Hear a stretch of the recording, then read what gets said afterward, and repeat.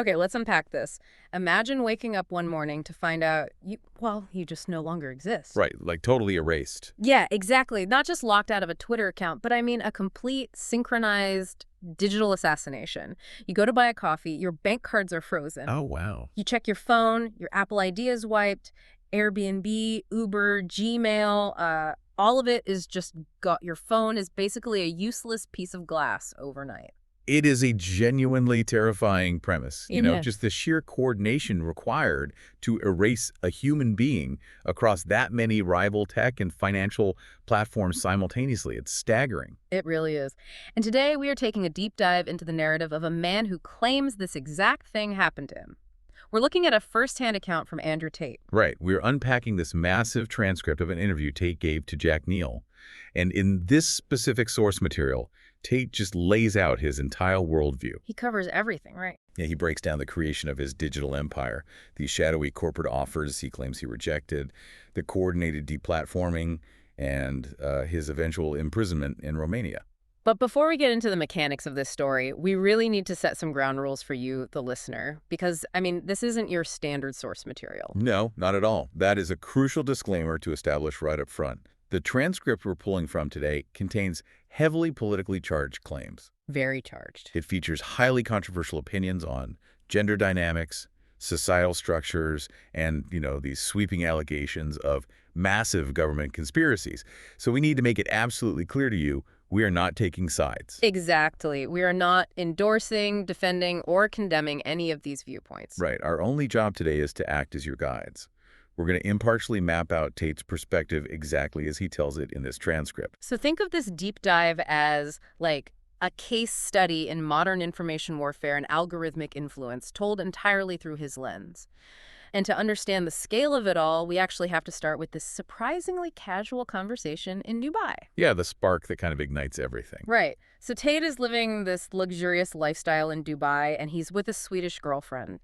And one day she tells him something that just sort of stops the music. She says she wants to go back to Stockholm for 4 years and spend like $300,000 to get a traditional university degree.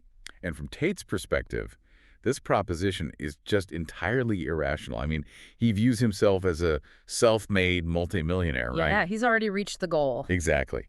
He's achieved the financial freedom that a degree theoretically promises. So he looks at this idea of sacrificing hundreds of thousands of dollars and 4 years of life to sit in a lecture hall, and he just views it as a catastrophic misallocation of capital. But she pushes back. Yeah. She asks him this really simple, devastatingly practical question. She says, well, what else is there to do? Right. If you want qualifications and a reliable path to making money, what is the alternative? And Tate admits he has this moment of realization. She has a point. There really is no clear institutional alternative to the university system if you just want to learn how to generate wealth today. Which is where Tate identifies what economists would call a massive market friction point.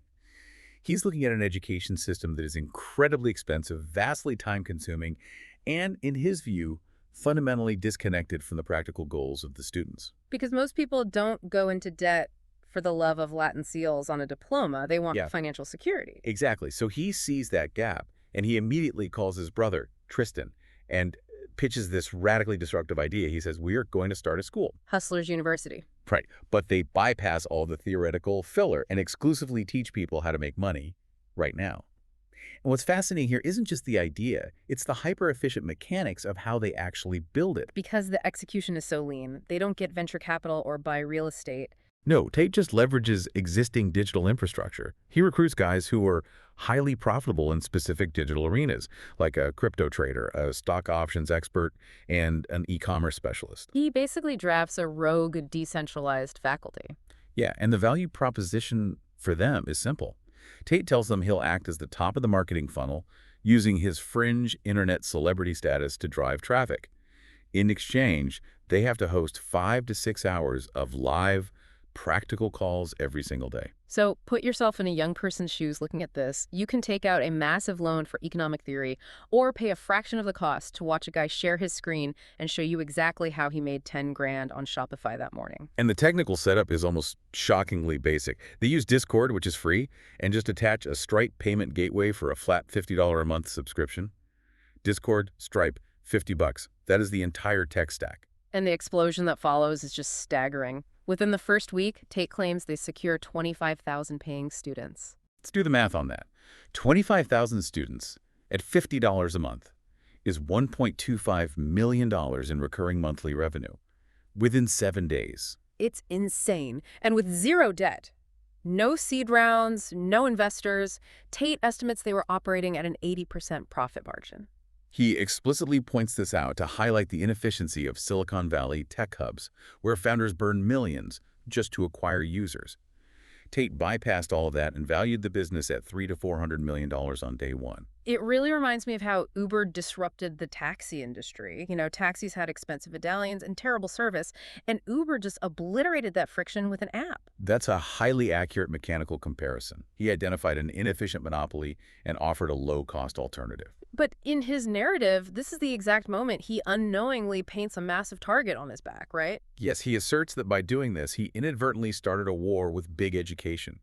He compares it to the pharmaceutical industry, arguing that massive monopolies don't just tolerate aggressive outsiders siphoning off their market share. And that tension leads us to the first major crossroads. So Hustlers University is scaling rapidly. He's got around 36,000 active students. And right at this peak, he receives an offer from a massive corporate conglomerate. Right, a conglomerate with global interests in clothing and luxury perfumes.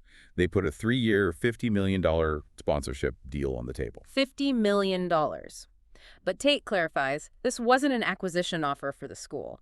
They wanted to sponsor Andrew Tate, the individual, and it came with highly specific conditions. Conditions he interprets as mechanisms of control.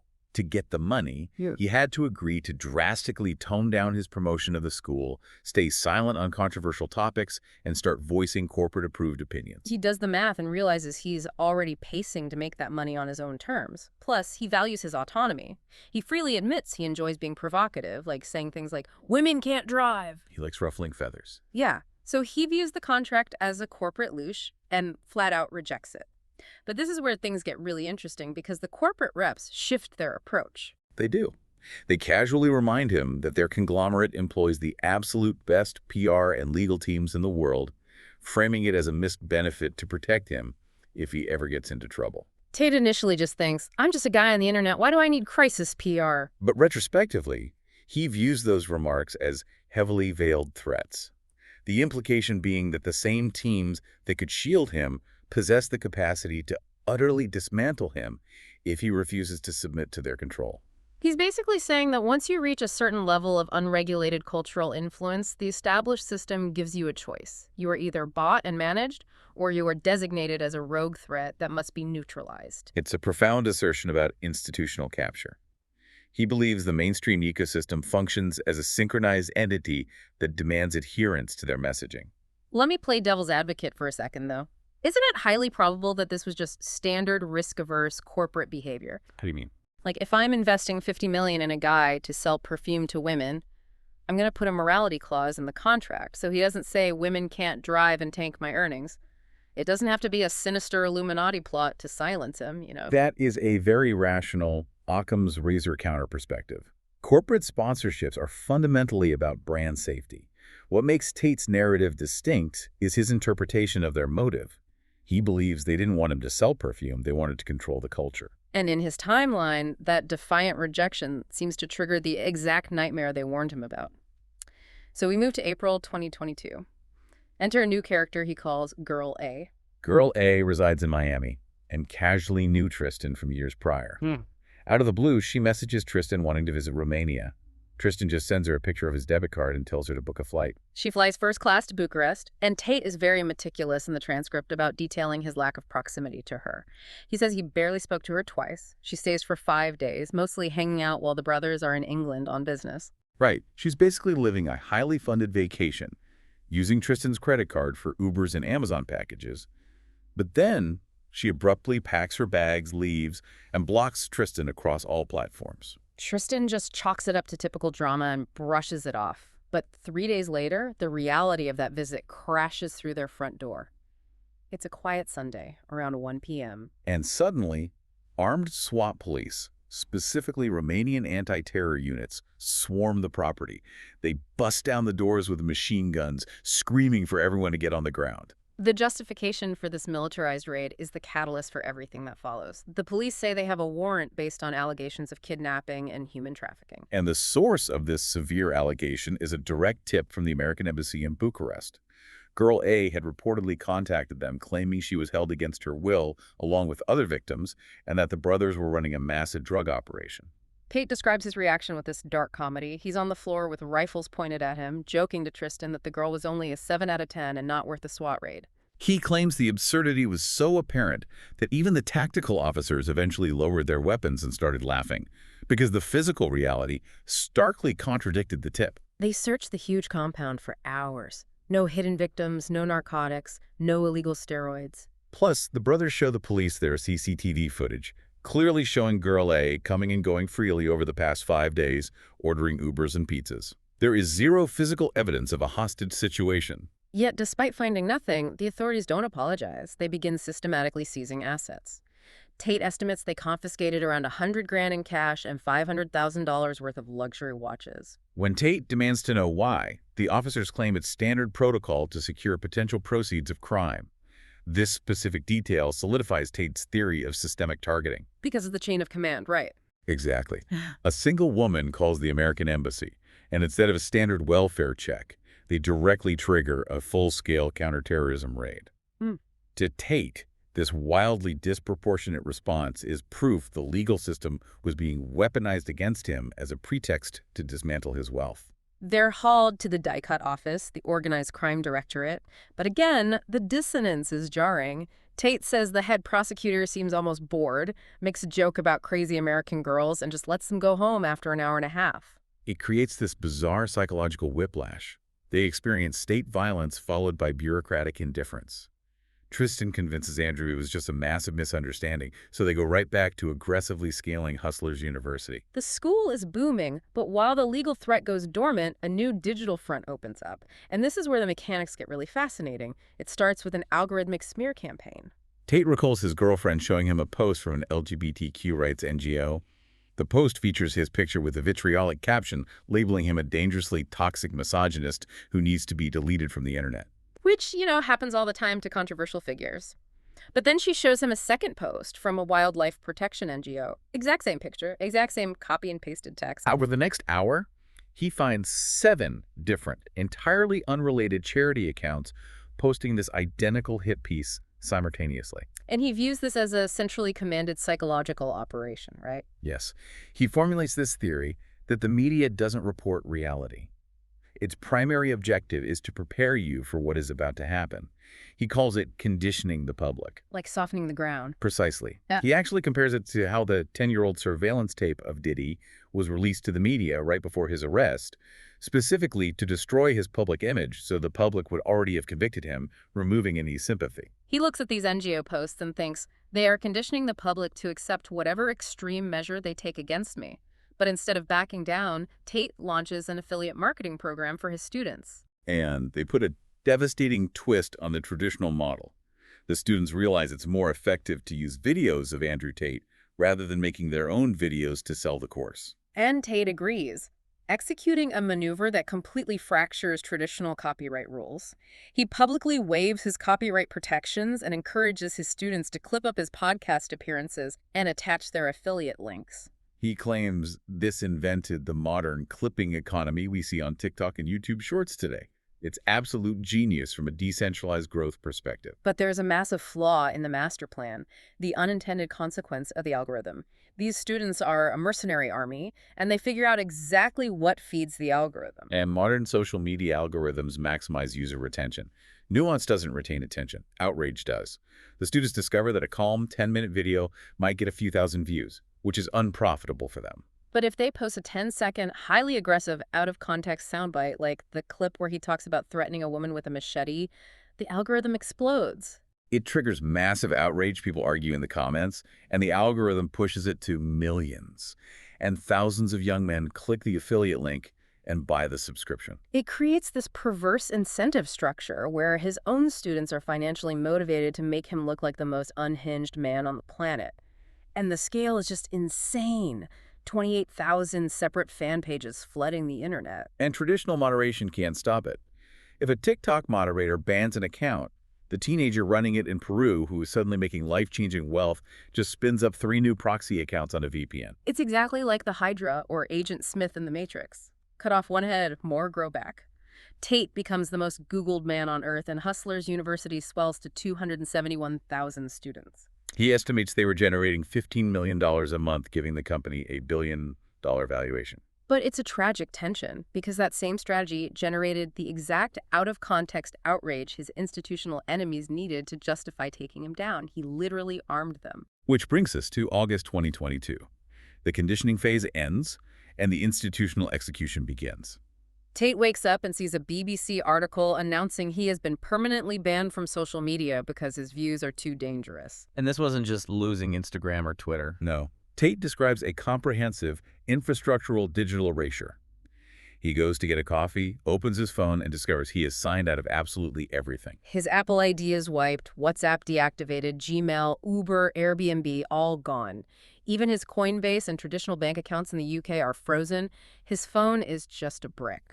Desperate for answers, he reaches out to a high-level tech contact who tells him this level of systemic erasure can only be executed if the target is formally placed on an international terror watch list. Tate claims the UK government classified him as a top-tier national security threat, and this is where we have to dive into his grand geopolitical theory on why they would care about him. According to his framework, global intelligence agencies have 2 primary directives: global resource extraction and the absolute prevention of domestic revolution. He argues that the public knows the system is broken, but they don't rebel because of psychological control mechanisms.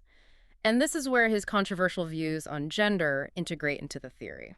He posits that the Matrix actively empowers women to subjugate men because the establishment doesn't fear protesting women. But, he argues, 100,000 angry, mobilized young men marching is a violent revolution that could burn the system down. So keeping men weak and distracted is a matter of national security. And he believes that because he was amassing this global audience of young men and telling them to reject the system, the agencies viewed him as a kinetic threat on the level of Osama bin Laden. Right. They saw his ability to mobilize this decentralized army that had already broken the algorithms of trillion-dollar tech monopolies and concluded he could spark an actual uprising. Okay, let me stop right there and throw some cold water on this. The sheer logistical scale of what he's asking us to believe is wild. How so? We are being asked to accept that British intelligence, the global banking syndicate, and fiercely competitive tech giants like Apple and Meta all coordinated a flawless, simultaneous global strike against a guy running a Discord server. It is a massive claim. Governments can barely fix potholes efficiently. Are we really supposed to believe they executed a perfectly synchronized digital assassination overnight without a single leak? It is a highly valid pushback. The friction required for that is immense. A much more conventional analysis is that tech companies independently reacted to massive media pressure regarding hate speech. Once one banned him, the others followed to avoid PR blowback. And banks use automated risk avoidance software, right? Exactly. When a media firestorm associates you with potential criminality, the algorithms just freeze the accounts. But within Tate's internal logic, this flawless synchronization is the ultimate proof of the Matrix's unified control. Regardless of the cause, he was digitally unpersoned. So he tries to do a strategic retreat. He records a final hour-long video message saying his aggressive persona was a character, and he announces his complete retirement from the internet. He genuinely believes silencing himself will neutralize the threat. But the algorithmic Hydra strikes again. His 28,000 fan accounts immediately chop up the video and post it everywhere. Because he's banned, the scarcity drives demand through the roof. His final message clips generate more views in 48 hours than all major news networks combined. He actually grows significantly more influential in his forced absence, and he realizes a historical truth. First, they try to shut you up. Second, they put you in jail. Third, they kill you. Phase 1 had spectacularly failed, and right then, the physical reality in Romania deteriorates. A mysterious Romanian official approaches him with a physical map, pointing to a worthless piece of land in the remote mountains. The official tells him he needs friends in the power structures, and buying this land for $7 million is how you get them. It's a naked, old-world shakedown. Tate recognizes the corruption and realizes his local protection is evaporating, so they pack up a private jet and escape to Dubai, seeking refuge in a jurisdiction where they feel untouchable. And for a brief moment, they lean into this illusion of safety. They rent an ultra-luxury mansion in Emirates Hills for $250,000 a week. They throw massive parties and fly in major media figures like Piers Morgan. He looks like an untouchable king on TikTok. But internally, he's deeply tormented. He uses the sword of Damocles analogy with Tristan. The king, sitting on the throne with a heavy iron sword dangling over his head by a single horsehair. Right, the luxury means nothing because brutal death could drop on him at any second. And the decision that snaps the hair happens because of that Piers Morgan interview. Morgan's team invites Tate to fly to London for a follow-up interview. Tate is terrified, believing the UK orchestrated his digital assassination. But Tristan convinces him it's a test by the British state to ensure he's a rational actor. So they fly to London, do the interview, and nothing happens. No MI6 at Heathrow. They even go shopping for $300,000 worth of Christmas presents. This complete lack of consequence lulls them into a fatal sense of security. They believe they have won the standoff and the Matrix is backed down. Tristan suggests they just fly back to Romania for one single night to drop off the gifts and fly back to Dubai the next morning. It's a minor logistical decision that seals their fate. Which brings us to late December 2022. They land in Romania, breeze through customs, load the presents into the house, and go to sleep. But at exactly 4 a.m., the doors to his master bedroom are blown off the hinges with explosives. Tate wakes up in the dark, grabs a machete, thinking he's being robbed by rival criminal factions. But when the tactical flashlights hit his face, he sees dozens of SWAT officers with assault rifles. He actually feels a wave of relief, thinking they aren't going to execute him. But the immediate interaction is so surreal. He's face down on the floor, rifle to his head, and the very first question the anti-terror officer asks the supposed human trafficking mastermind is not about victims. The officer leans down and asks, "Where is the Bugatti?" Straight out of a heist movie. Tate smugly tells them he flew it back to Dubai because the tires couldn't handle the winter. So the police just start taking everything else, loading $15 million worth of luxury cars onto flatbed trucks. Then they encounter Tate's massive, custom-built safe with bulletproof glass where he keeps his cash and diamond watches. The police demand he open it, and when he refuses, the commanding officer issues a bureaucratic threat. He says if Tate doesn't open it, they'll note the search is incomplete, which allows them to hold him in pre-trial detention for a year while they wait for specialists to crack it. It's literal extortion by bureaucracy. So he opens it, and they clean out his liquid wealth. The brothers are taken back to the Tate headquarters. Kate still thinks it's a mix-up, but the prosecutor reads him 21 staggering charges. Organized criminal group, mafia gang, witness intimidation, arms trafficking, human trafficking, rape, severe assault.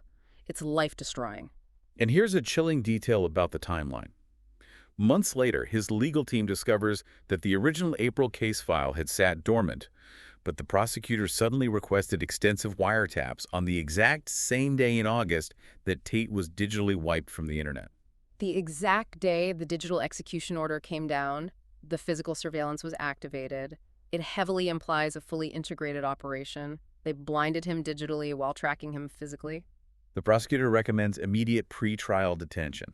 Tate is perp-walked in front of the global media and thrown into a transport van heading for what he describes as the Gulag. And he means that literally. He says it's like a Soviet-era Russian black site designed to break a suspect's will.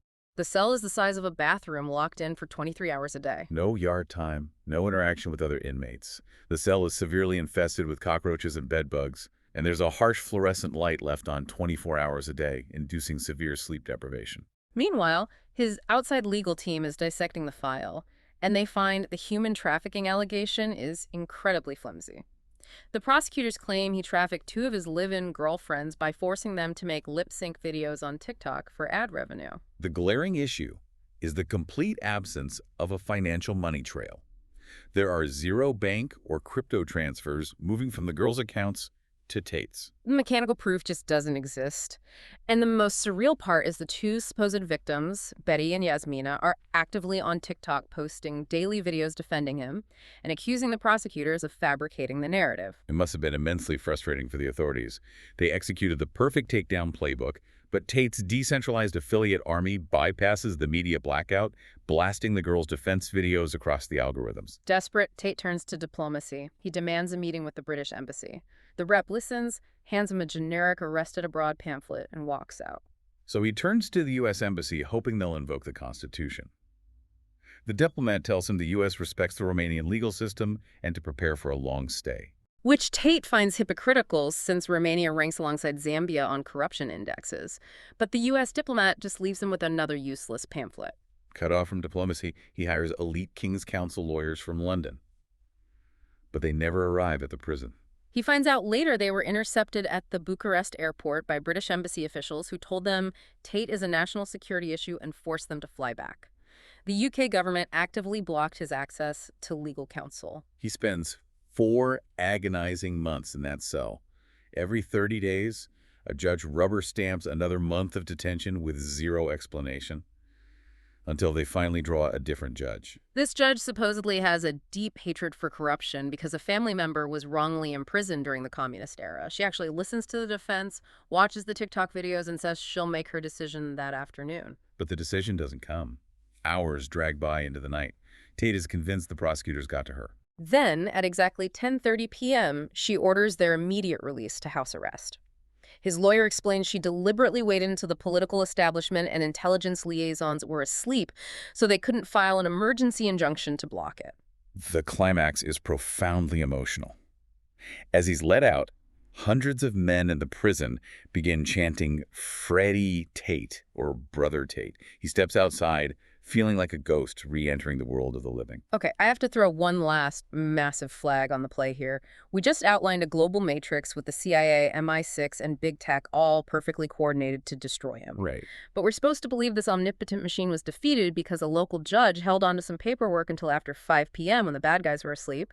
That is a massive structural flaw in the Death Star. It's a very sharp observation. Yeah. It forces you to conclude that either the system isn't as omnipotent as he claims, or the mundane inefficiencies of human bureaucracy are the only true defense against authoritarian overreach. Let's sit with that. Because if the Matrix is that powerful, they'd have a guy on duty at 11 p.m. Maybe the friction of human bureaucracy is what actually saves us from total control. Precisely. Power is never absolute, even when it appears to be. So after unpacking all this, what does it mean?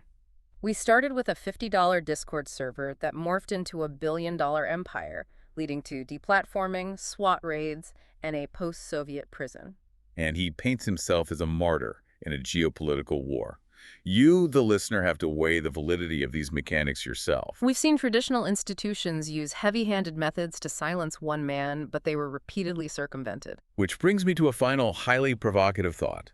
They were outmaneuvered by a completely decentralized, profit-driven army of teenagers in places like Peru, armed with cheap smartphones and an understanding of out-of-context clips. These kids literally beat the most powerful monopolies on Earth. Exactly. So the question that should keep you up at night is this. In the future of information warfare, who actually holds the real power?